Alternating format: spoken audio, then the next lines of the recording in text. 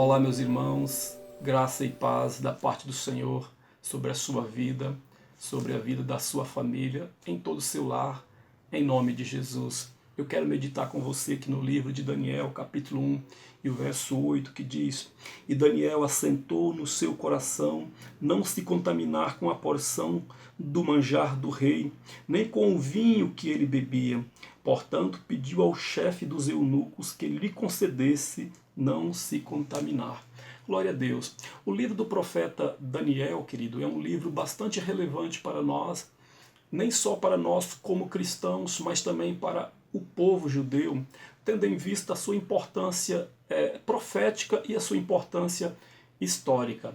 Este livro, ele tem como tema a soberania de Deus sobre o mundo, né? Ele fala ali sobre um período de 69 anos de história, período no qual o povo ficou no cativeiro babilônico, o povo de Judá. E Deus, mesmo tendo permitido que esse povo fosse ali para o cativeiro babilônico, Deus levanta 3 grandes profetas ali, irmãos, neste período, que é o profeta Jeremias, que é o profeta Ezequiel e que é o profeta Daniel. Cada um em um lugar diferente, cada um representando Deus, talvez de uma forma diferente e talvez para pessoas diferentes, mas todos eles ali, irmãos, a serviço de Deus para o povo, Deus usando aqueles profetas para estar orientando o povo acerca daquilo que ele faria, né? E aqui, querido, o contexto histórico deste livro, do livro de Daniel, é um contexto histórico muito interessante para nós, né? Tendo em vista que quando Nabucodonosor invade ali Judá, ele leva para o seu palácio alguns jovens da classe nobre, e entre eles estava Daniel. E é interessante que esse rei Nabucodonosor, ele propõe que aqueles jovens comessem do manjar do rei e bebessem do seu vinho. Mas Daniel propôs no seu coração não se contaminar. Daniel propôs no seu coração não comer aquele manjar e nem tomar aquele vinho. E a Bíblia diz no texto aqui, o qual nós estamos lendo, no contexto deste capítulo, a Bíblia diz que Daniel propôs aquele homem ali, aquele guarda que cuidava dele: olha, dê a mim um período de 10 dias que eu vou comer só legumes e tomar água. E depois você analisa para ver quem vai estar melhor, se eu ou se aqueles que estão comendo o manjar do rei. E a Bíblia diz que ele então assim aceitou essa proposta de Daniel e assim fez, né, queridos? E Daniel durante 10 dias comeu legumes, bebeu água, e a Bíblia diz que no final desses 10 dias ele estava muito melhor apresentável do que aqueles que estavam comendo a porção do rei, de forma que acabou sendo investido. Até aqueles que estavam comendo a porção do rei, a partir daquele momento começaram agora a comer legumes e tomar água. E a Bíblia diz que no final dos 3 anos, onde eles tinham que ser apresentados a Nabucodonosor, foram apresentados ali diante de Nabucodonosor, e Nabucodonosor achou eles inteligentes, porque Deus deu a Daniel, aos seus amigos, Ananias, Misael e Azarias, também grande inteligência, né, irmãos? E grande conhecimento. Eles então foram usados por Deus ali como atalaias naquele reino ali, para assim estar difundindo assim aquilo que Deus realmente queria realizar no meio daquele povo ali, povo da Babilônia. Querido, 3 lições eu quero falar para você aqui que nós podemos aprender com esta vida, com a vida do profeta Daniel, aqui neste texto no qual nós estamos meditando aqui. Primeira lição que eu aprendo aqui, querido, é que Daniel, ele resistiu às tentações. Olha que interessante, que a comida que foi proposta para ele comer, ou melhor, não foi nem proposta, na verdade foi imposta, né? Aqui no capítulo 5, no versículo 5 diz assim, ó: E o rei lhes determinou a ração de cada dia, da porção do manjar do rei e do vinho que ele bebia.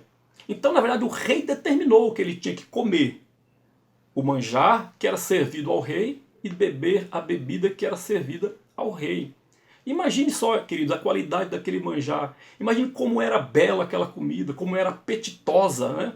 Tudo aquilo que foi oferecido a Daniel. Mas mesmo assim, Daniel não cedeu talvez aquilo que era concupiscências dos seus olhos. Talvez era um manjar belo, apreciável, mas Daniel, ele propôs: eu não vou me contaminar, eu não vou comer desta comida. Daniel venceu a tentação, ele resistiu à tentação. Nós precisamos, diante de circunstâncias no qual nós estamos vivendo, precisamos aprender a resistir às tentações que são impostas muitas vezes sobre as nossas vidas. Deixa eu dizer para você, as tentações que virão sobre você, os pratos que serão oferecidos a você, que são oferecidos a mim todos os dias, são pratos apetitosos, são pratos que realmente enchem os nossos olhos, são coisas que a nossa alma muitas vezes almeja e deseja participar, mas nós temos que fazer assim como fez Daniel e resistir a toda essa tentação que muitas vezes vem sobre nós. A segunda lição que eu aprendo aqui neste livro, nessa história de Daniel, é que mesmo diante da tentação, além de resistir àquela tentação, Daniel teve um posicionamento. Olha no versículo que nós lemos, versículo 8, diz assim, olha, e Daniel assentou no seu coração não se contaminar com a porção do rei e nem com o vinho que ele bebia. Além de resistir, querido, ele propôs, olha, eu não vou comer essa comida, eu não vou me contaminar. Muitas vezes nós estamos diante de situações, né? Estamos diante de situações, querido, que nos levam até mesmo a desejar aquilo que não se pode. Mas nós temos que ter esse posicionamento, Daniel, olha, eu não vou me contaminar. Eu não vou ceder a esta tentação. Eu vou dizer não para aquilo que está diante dos meus olhos. Foi isso que Daniel fez. Ele disse não para aquilo que estava diante dos olhos dele. Ele teve aqui, querido, um posicionamento diante daquela situação, diante daquela circunstância. Esta é a segunda lição que eu aprendo. A terceira lição que eu aprendo aqui é que Daniel, ele teve também uma atitude. Ele teve uma atitude. No verso 12, vamos ver lá o que ele fez. Ele diz assim, olha, ele diz para aquele homem lá, aquele homem que estava cuidando dele, olha, experimenta, peço-te, os teus servos 10 dias, fazendo com que nos deem legumes a comer e água a beber. Ou seja, ele teve uma atitude. Ele teve uma saída diante daquela circunstância. Ele disse não, ele teve um posicionamento, não vou me contaminar, e agora ele tem uma atitude, olha, para que eu não venha me contaminar, eu preciso ter uma atitude. E qual que é? Esta aqui. Ele teve essa atitude, ele propôs àquele homem que cuidava dele ali, que cuidavam deles, olha, eu te peço que me experimente durante 10 dias. E assim foi feito, e todos nós conhecemos a história, sabemos que ele acabou sendo vitorioso. Mas a lição que eu aprendo aqui é que nós precisamos ter uma atitude diante da tentação. Precisamos ter uma atitude. Observe, querido, que Daniel, ele estava longe da sua casa. Observe que Daniel estava longe do templo. Mas Daniel continuou fiel a Deus. Daniel, ele continua, tudo isso que aconteceu aqui com Daniel, querido, mostrou assim a sua obediência a Deus, mostrou que ele era servo do Deus Altíssimo, do Deus de Israel, não só na sua terra, mostrou também que ele buscava a Deus não só no templo. No capítulo 6 nós vamos ver que Daniel orava 3 vezes por dia, e mesmo com aquele decreto lá, irmãos, que aquele que pedisse qualquer coisa fosse lançado na cova dos leões, isso no capítulo 6, Daniel não deixou que aquilo o intimidasse. Daniel continuou buscando a Deus. Deixa eu dizer algo para você, nós estamos vivendo dias estranhos, nós estamos vivendo dias complicados, nós estamos vivendo dias onde nós não estamos mais, queridos, no templo. Nós estamos passando por uma fase onde o nosso lugar de adoração não é mais o templo. Olha que interessante que para Israel, para aquele povo, para a nação de Judá, o lugar correto para adorar a Deus era no templo.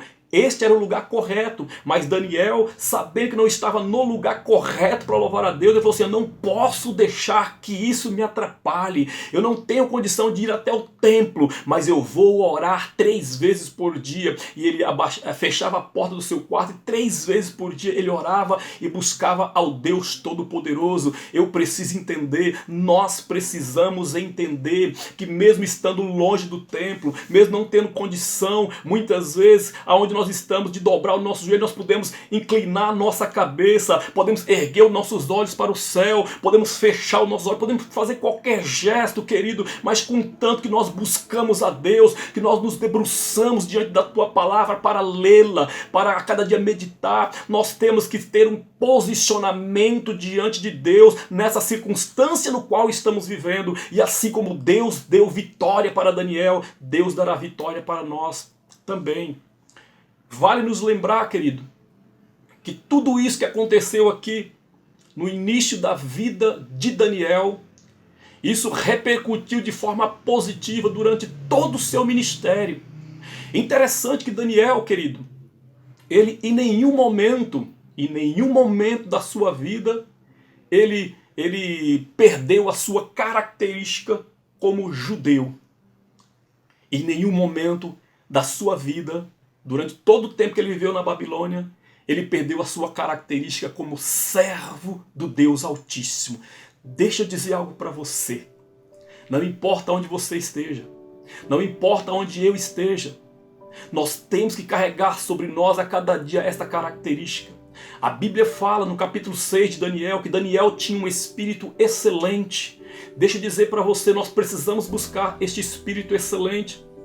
A Bíblia fala lá no capítulo 9 que quando Daniel começou a ler o livro do profeta Jeremias e percebeu que o tempo do cativeiro estava terminando, ele começa a orar a Deus. Olha que impressionante, querido. Daniel, ele começa a orar a Deus, e a oração que Daniel faz a Deus no capítulo 9 é uma oração que traz um verdadeiro exemplo para nós de intercessão em favor do povo. Daniel em nenhum momento ele pensou em si. Daniel em nenhum momento ele foi egoísta e falando assim, ele podia pensar assim: olha, eu estou no palácio, eu estou bem, eu tenho boa comida, eu tenho uma boa reputação, eu tenho um bom status aqui, eu vou deixar esse povo para lá e acabou. Não, ele jamais agiu assim. Ele continuou intercedendo pelo povo, ele desejava o bem da sua nação. Nós precisamos desejar o bem para o povo de Deus, nós precisamos desejar o bem para o nosso povo, nós precisamos olhar para essa nação com olhar de misericórdia, com o mesmo olhar que Deus olhou, e falar: Senhor, perdoa o pecado do Brasil, perdoa o pecado dessa nação e nos faz novamente desfrutar das suas bênçãos, das riquezas que há em Ti, Senhor. E só assim nós poderemos sim, queridos, cantar o hino da vitória e ver essa nação nas mãos do Senhor Jesus. Que nós possamos aprender essas lições e aprender muito mais com este grande profeta que tem muitas lições a nos ensinar neste livro. E eu agradeço em nome de Jesus por essa oportunidade. Glória a Deus. Amém e amém.